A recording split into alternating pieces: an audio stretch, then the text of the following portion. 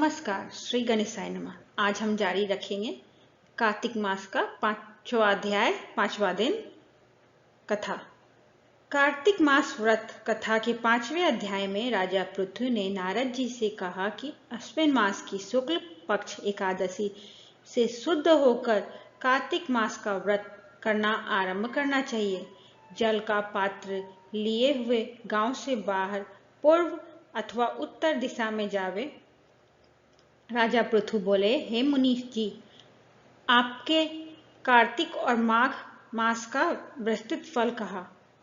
अब इसके विधिवत स्नान की विधि, नियम और उद्यापन की विधि भी आप हमसे कहिए।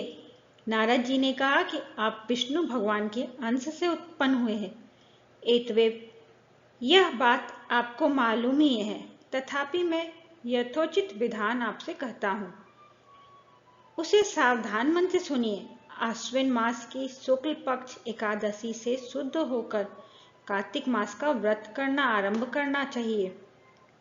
इस व्रत को करने वाला सर्वदा रात्रि के चौथे पहर में उठे, जल का पात्र लिए हुए गांव से बाहर पूर्व अथवा उत्तर दिशा में जाए। हमेशा दिन में अथवा सायकाल को कान पर जनेऊ चढ़ाकर, पृथ्वी पर तृण को बिछाकर सिर को कपड़े से ढक कर रखे। फिर मुंह को यत्नपूर्वक बंद कर थूक तथा श्वास को रोककर मूत्र का त्याग करें। रात्रि के समय में दक्षिण मुख बैठकर मल मूत्र का त्याग करें। अपने लिंग को पकड़कर उठे तथा मृतिका और जल से सावधानी से धोकर दुर्गंध को नष्ट करें। तब शौच क्रिया पूर्ण करें। एक बार लिंग में, 3 बार हाथ से, फिर शीर्ष तथा हाथ में 2-2 बार, 5 बार गुदा में और 5 बार बाएं हाथ में, दोनों हाथों में 7 बार मिट्टी लगा लगाकर अच्छी तरह से जल से धो लेवे। यह शौच विधि गृहस्थों के लिए कही गई है। ब्रह्मचारियों को दुनी, वानप्रस्थ और तिगुनी और सन्यासियों को चौगुनी अधिक शुद्धि करनी चाहिए। जो शुद्धि की विधि दिन में कही गई है, उससे आधी शुद्धि रात में होनी चाहिए। इससे भी आधी आतुर और इससे भी आधी विधि यात्री को करनी चाहिए। शौच कर्म से रहित मनुष्य की समस्त निष्क्रियाएं निष्फल होती है। जो मनुष्य मुख शुद्धि दातुन नहीं करता, उसके सब मंत्र निष्फल हो जाते हैं। एतेव दांत और जीभ को बलपूर्वक स्वच्छ करना चाहिए।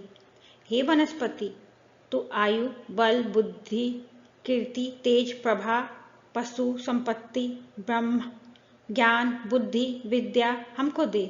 यह मंत्र पढ़कर दातुन वृक्ष से ग्रहण करे। यह मंत्र कहकर दूध वाले वृक्ष में 12 अंगुल दातुन लेकर करे तथा श्राद्ध और व्रत के दिन ना करे। प्रतिपदा, अमावस्या, नवमी, छठ, रविवार, चंद्र तथा सूर्य के ग्रहण में दंत धावन कदापि ना करना चाहिए। कटीले पेड़, कपास, पीपल, रेड़ और निर्गंध वृक्षों की दातुन नहीं करे। तत्पश्चात फूल, माला, चंदन, पान इत्यादि पूजन सामग्री लेकर प्रसन्न मग्न हो भक्ति पूर्वक विष्णु भगवान तथा शिवजी के मंदिर जाए। वहां देवताओं का अर्घ्य, आचमनीय आदि वस्तुओं से अलग अलग पूजन कर प्रार्थना तथा प्रणाम कर नृत्य आदि मंगल कृत्य करें। फिर ताल, वेद, वेन, मृदंग आदि को बजावे, गावे और नर्तकों के साथ नाचे। फिर माला, चंदन, तांबुल आदि को से उन गायकों का पूजन करे जो गा रहे हो, क्योंकि देवस्थान में गाने वालों में साक्षात विष्णु भगवान की ही मूर्ति है। ये लोग सतयुग आदिकों में विष्णु भगवान को तपस्या, योग और दान द्वारा प्रसन्न करने थे, किन्न कलयुग में अनुराग सहित भगवद गुणगान भगवान को प्रसन्न करने के लिए प्रधान माना गया है। हे राजन, मैंने एक बार विष्णु भगवान से पूछा था कि आप अधिकतर कहाँ रहते हैं। यह सुनकर विष्णु भगवान ने कहा, हे नारद, मैं वैकुंठ में अथवा योगियों के हृदय में भी नहीं रहता। अपितु जहाँ मेरे भक्त मेरा गुणगान करते हैं वहाँ मैं अवश्य रहा करता हूँ। जो प्राणी चंदन मालादिकों से हमारे भक्तों का पूजन करते हैं, उससे मुझे जैसी प्रीति होती है वैसी प्रीति मेरे पूजन से भी नहीं हो सकती। जो मूर्ख पुराणों की कथा तथा मेरे भक्तों का कीर्तन सुनकर उसकी निंदा करते हैं, वे मेरे शत्रु सदृश है। सिरिस धतुरा के गिरिजा चमेली केसर कंदार मंदार तथा कोकनेर के फूल और अक्षतों से विष्णु भगवान की पूजा नहीं करनी चाहिए। अड़हल कंद शिरीष जूही मालती केवड़ा के पुष्पों से शिवजी का पूजन नहीं करना चाहिए। लक्ष्मी की अभिलाषा करने वाले पुरुष को चाहिए कि तुलसी पत्र से गणेश जी की, दुर्वा से दुर्गा जी की, अगस्त के फूल से सूर्य नारायण की पूजा ना करे।